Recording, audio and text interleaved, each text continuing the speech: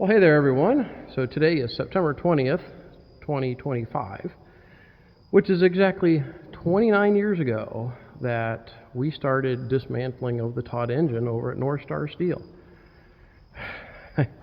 I can't believe that's been that long, and next year will be 30 years since we, a group of us neophytes, allowed into the plant to dismantle this engine and to get it out of the blooming mill and to do eventually what we're doing right now with it, which is getting it operational. So we've made some pretty good strides over the last month or so, one of which, if you're observant, you notice that there is now concrete under the low pressure side of the engine. It's about 60 yards of concrete. We did this 3 weeks ago, and it's the first half of doing the engine foundation. Of course, we've got probably about 75 yards to do over here on the left side. We're going to get that done next spring, since it's going to take us a while to get forms built and rebar and all that in there, and I don't want to rush things, so we're going to wait till next spring. So yeah, out of the 60 yards, we were short just a little bit, but that's not a problem. We'll fill that in later. But we have, filled in between, the forms held real well. Of course, the steel beams, nothing was going to affect any of that. So we had no problems over here. We had no problems even on the wooden forms on the other side. Everything worked perfectly. One other thing we need to do here before winter is the grouting. You can see we stopped a little bit short, so we'll build that up with some boards and then order up some machinery grout and then come out and pump all that in place and get that bedded in there as good as we can. So I've moved the lube oil system over here into the corner, and that makes it so that we can now put this platform in and get in and out of the side door, which is a nice little change. Eventually we will bring the floor plates up to the 2-foot level all the way down through there too, and eliminate that drop off. So this right here is a little access for the sump drain from the bottom of the crank pit, and also the drain out of the gutter here. That'll come together and then out and then back to the lube oil system. So now we have a nice little platform up here, level all the way from the engine to the wall. So kind of the next thing, in addition to the grouting, we have this oil pan over there. That's got to come over here and get bolted in place, and that also gets grouted in. So let's see what else we're working on here. All right, one other thing that we're installing is this set of wooden doors. These doors were also out of McDonald steel. They were in the machine shop, and of all the wooden double doors there, these were the ones that were in the best shape. So we took them out and then framed this up, have these in place, and tomorrow or Monday we'll finish up with the sheeting around the doorway. We'll probably get all that stuff done tomorrow. The new floor over on this side will be up above the top of that beam over to just underneath this, just like the other side. So all of this will be flat, and then all that rebar and the rails and all that we're using for reinforcing will all be buried into concrete. And doing the foundation this way with about 3 foot thick under all of this, so we don't have enough resources to put a actual real foundation under this engine, which would have been 15, 16 feet deep of just one giant chunk of concrete.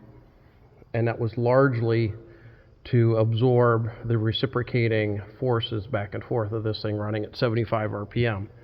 Well, we're not going to run at 75 RPM, so we don't really need all that, but we do need a good base. So figured that going 3 feet deep would give us enough, plus coming down into this here firmly beds us in and locks into the original slab and into the wall of the building. So we should be going, we should be good for, the 20, 30 RPM or whatever we're going to run this engine at under not that much of a load. So the shop is all cleaned up today because today was our annual open house. We try to do the open house around September 19th or 20th of every year. Those dates have significance for us. So September 19th, 1977 was Black Monday, when Youngstown Sheet and Tube announced they were closing the Camel Works, which started the domino effect of most of the steel companies in the valley closing up.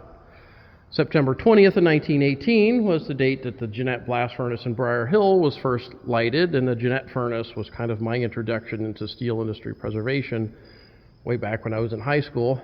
And of course, September 20th of 1996 is when we started working on saving the mighty Tod engine. All right, some of the other things we have going on. So we parked 58 down here tonight. We're going to be running tomorrow. We have a steam locomotive experience, so figured we'll just park the locomotive down here. And it'll be nice and warm, easy to fire up in the morning. But I also wanted just to get the locomotive side by side with the rolling mill.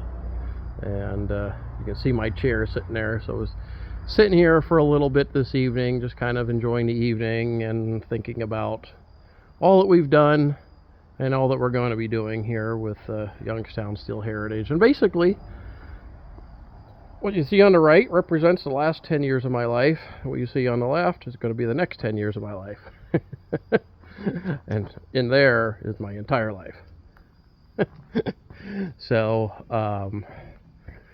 yeah, I just kind of want to have some time to kind of think about things and, just kind of contemplate where we're going from here with getting all of this stuff put together and operational. Let's see, we still have any pressure left on this thing?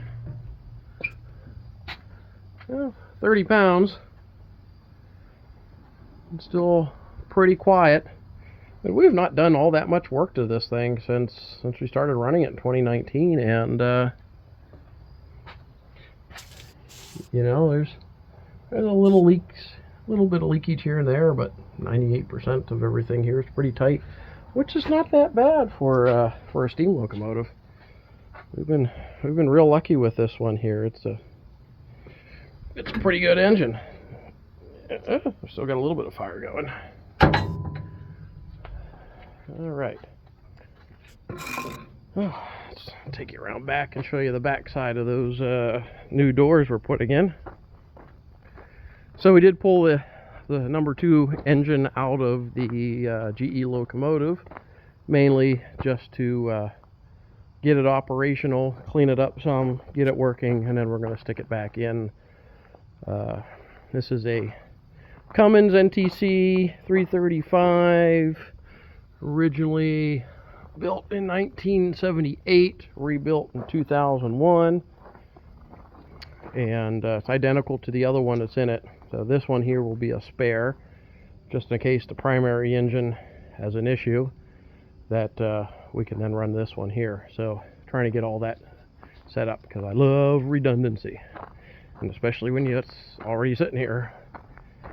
All right, yeah, there's our governor wheel for the Tod. I had to bring it back here to make some more parking spaces out front for today's event. And yeah, here's the doors.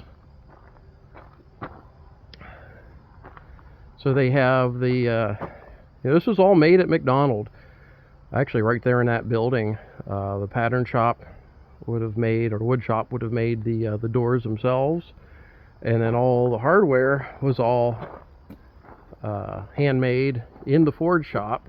So I was looking at that handle. It's like, yeah, that handle was also handmade. They made the handles, they made the hinges. Now if you notice, this hinge here how long that is and how long this is. And they're all the same length. They're all done to the same pattern. Except for this one. See how much longer that is? But this is also shorter than that one there. And then this is kind of tapered out to a point. And what we figure is, the poor old blacksmith, when he made this, he put that bend in the wrong spot. And too much material up here and not enough on that back strap.